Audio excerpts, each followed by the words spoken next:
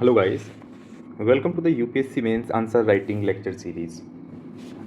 This question was asked by UPSC in GS Paper 3 of 2024 and this question was of 10 marks. The statement of the question is, examine the pattern and trend of public expenditure on social services in the post-reform period in India. To what extent this has been in consonance with achieving the objective of inclusive growth. So this is the question that you have to answer. अब किसी भी question को answer करने से पहले ज़रूरी है उस क्वेश्चन की डिमांड को समझना कि क्वेश्चन क्या पूछ रहा है और क्या नहीं पूछ रहा, और क्वेश्चन को समझने से पहले ज़रूरी है क्वेश्चन के कीवर्ड को समझना। तो यहाँ पे जो पहले पार्ट में कीवर्ड यूज हुआ है दैट इज़ एग्जामाइन। एग्जामाइन का मीनिंग होता है to inspect and go into detail and establish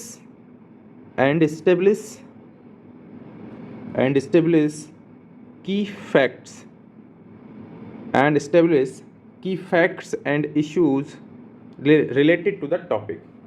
और दूसरा जो कीवर्ड या डायरेक्टिव यूज हुआ है वो है टू व्हाट एक्सटेंट, और टू व्हाट एक्सटेंट का मीनिंग है हाउ मच। तो क्वेश्चन कह रहा है एग्जामाइन द पैटर्न। पैटर्न का मीनिंग है यहाँ मॉडल से, model of public expenditure on social services या approach. What is the approach of the government in making the public expenditure on social services. और ट्रेंड का मीनिंग है कि जो ये पब्लिक एक्सपेंडिचर है ये रिफॉर्म्स के बाद से, इकोनॉमिक रिफॉर्म्स के बाद से इंक्रीज हुआ है या डिक्रीज हुआ है। जब क्वेश्चन कह रहा है examine, it means whether this public expenditure has increased or decreased, you have to give the data in support of your answer। और डाटा कहाँ से मिलेगा आपको? इकोनॉमिक सर्वे से या बजट से। सेम दूसरा पूछा है वो पैटर्न। अब पैटर्न का मतलब है कि गवर्नमेंट का मॉडल क्या है सोशल सर्विसेज पे पब्लिक एक्सपेंडिचर को करने में।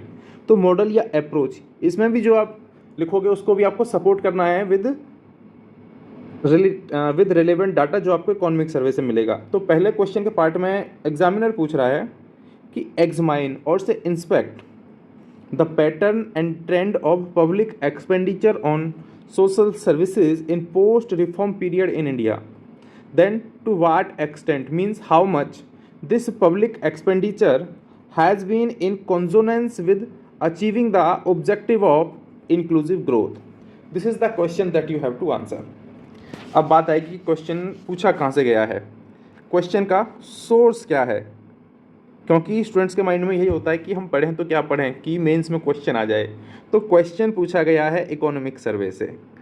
इकोनॉमिक सर्वे से डायरेक्ट क्वेश्चन है ये। बस आपको ये पता होना चाहिए कि इकोनॉमिक सर्वे पढ़ना कैसे है। अगर आपने इकोनॉमिक सर्वे पढ़ना सीख लिया तो यू विल फाइंड दैट अगर इकोनॉमी में यूपीएससी मेंस में 5 या 6 क्वेश्चन पूछ रही है तो उसमें से आधे तो आपको इकोनॉमिक सर्वे से रिलेट करेंगे, आधे कुछ एग्रीकल्चर से होंगे, वो भी आप इकोनॉमिक सर्वे से रिलेट कर सकते हो। इसके बाद जो इन्फ्लेशन का हम जो क्वेश्चन डिस्कस करेंगे वो सीधा इकोनॉमिक सर्वे से पूछा है। फिर इकोनॉमी में कुछ क्वेश्चन लैंड रिफॉर्म्स पे होते हैं, तो लैंड रिफॉर्म्स जरूरी नहीं इकोनॉमिक सर्वे में हो, लेकिन लैंड रिफॉर्म्स सिलेबस में क्लियरली मेंशन है तो इसलिए आपको पता होना चाहिए। अब बात करते हैं कि इस क्वेश्चन का आंसर कैसे लिखा जाएगा। तो देखो सबसे पहले बात होगी इसके इंट्रोडक्शन की। अब क्वेश्चन ये है कि इंट्रोडक्शन कैसे लिखें, इंट्रोडक्टरी लाइन कहाँ से लेके आएँ। और फ्रेशर्स के सामने सबसे बड़ा इश्यू होता है, उनको ये पता है कि क्या लिखना है लेकिन उनको ये नहीं पता होता कि कैसे लिखना है। तो देखो इंट्रोडक्टरी लाइन हमको कहाँ से लेनी है, क्वेश्चन से लेनी है। We will start our introduction with the lines that in the post reform period the public expenditure on social services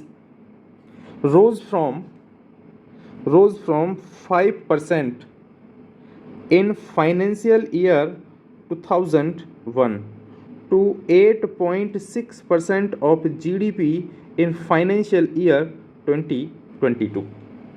this is your introduction. और जब आप ये डाटा मेंशन कर रहे हो 5% से ये 8.6% बढ़ गया जीडीपी के, इसका मतलब you have discuss the trend. ये ट्रेंड हो गया इसका, किसका? पब्लिक एक्सपेंडिचर का सोशल सर्विसेज पे ट्रेंड ये हो गया कि जो पब्लिक एक्सपेंडिचर है सोशल सर्विसेज पे वो बढ़ा है।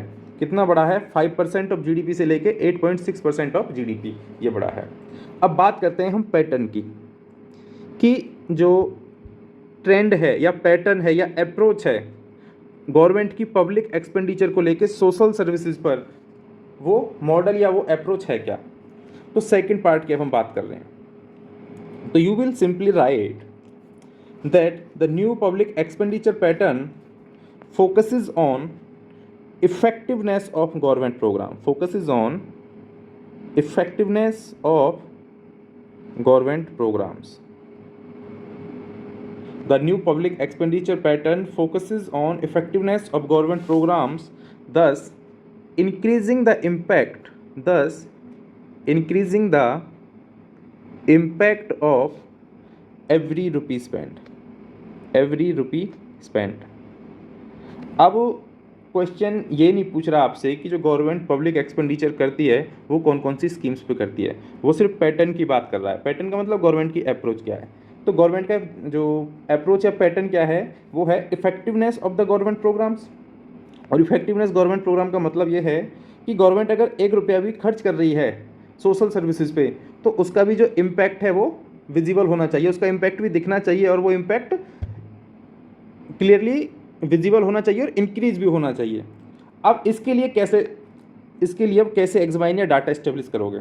You will simply write that in this regard the direct benefit transfer scheme and the Jan Dhan Yojana, Aadhaar and mobile trinity have been the boosters of physical efficiency and minimization of leakages and minimization boosters of fiscal efficiency and minimization of leakages and with this more than rupees 38 lakh crore has having been transferred through direct benefit transfer scheme since its inception since 2013. This is your second part. अब बात करेंगे हम कि कैसे जो ये public expenditure है, this expenditure is in consonance with the objective of inclusive growth. देखो, मैं 2 नए इनिशिएटिव स्टार्ट कर रहा हूँ। पहला तो है UPSC integrated prelims and mains test series, जो कि स्टार्ट हो रही है 6 जुलाई से, और जिसकी फ़ी है 9,999, और इसमें भी जो पहले स्टूडेंट होंगे उनको 50% का डिस्काउंट है। दूसरा इनिशिएटिव है 1-to-1 mentorship programme for UPSC 26-27 examination. इसमें मैं आपको फ्लेक्सिबल टाइम रहेगा, I will take your every doubts, और मैं स्टार्टिंग से ही आंसर राइटिंग पे फोकस करूंगा। I will teach you how to write से लेके how to improve your answer writing, how to improve your answers. अब इन दोनों के जो लिंक है वो मैं नीचे डिस्क्रिप्शन बॉक्स में डाल रहा हूँ। जो भी स्टूडेंट इंटरेस्टेड है वो चेक कर सकते हैं, ज्वाइन कर सकते हैं, और in case of query you can contact me through this number. अब हम बात करते हैं थर्ड पार्ट की, कि जो पब्लिक एक्सपेंडिचर है सोशल सर्विसेज पे, वो कैसे जो इंक्लूसिव ग्रोथ का ऑब्जेक्टिव है उस ऑब्जेक्टिव को अचीव करने में हेल्प कर रहा है, या कैसे उस ऑब्जेक्टिव की तरफ काम कर रहा है। तो देखो, पहले ये पता होना चाहिए कि इंक्लूसिव ग्रोथ है क्या। सबसे पहले क्या पता होना चाहिए कि इंक्लूसिव ग्रोथ है क्या। अब इंक्लूसिव ग्रोथ क्या है? Inclusive growth economic growth process है, इकोनॉमिक ग्रोथ प्रोसेस है। और इस प्रोसेस में होता क्या है? In this process everyone should be able to participate in the growth and the benefit should be shared equally among the participant. इसी process को हम कहते हैं इंक्लूसिव ग्रोथ, यानी everyone should get the opportunity सबको मिलनी चाहिए।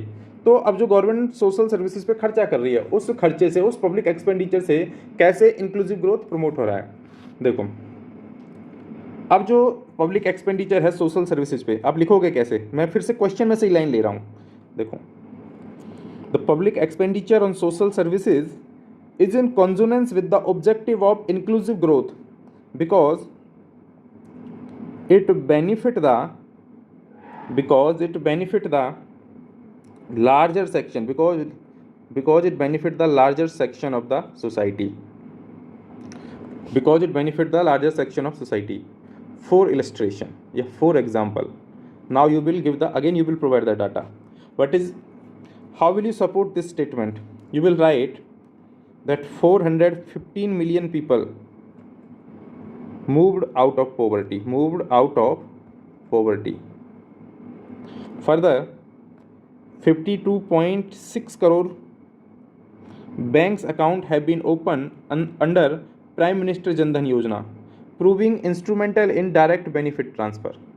और इसको हम कहेंगे फाइनेंशियल इंक्लूजन, जो कि इंक्लूसिव ग्रोथ का ही एक पार्ट है।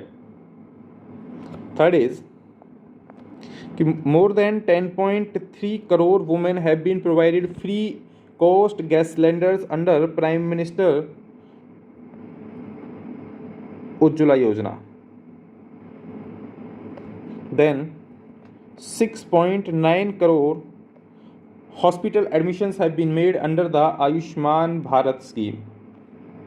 So all this shows that through various welfare measures and with improved social and economic infrastructure, the aim is to achieve the welfare of all, welfare for all। और यही welfare of for all क्या है? सबका साथ, सबका विकास, सबका विश्वास और सबका प्रयास।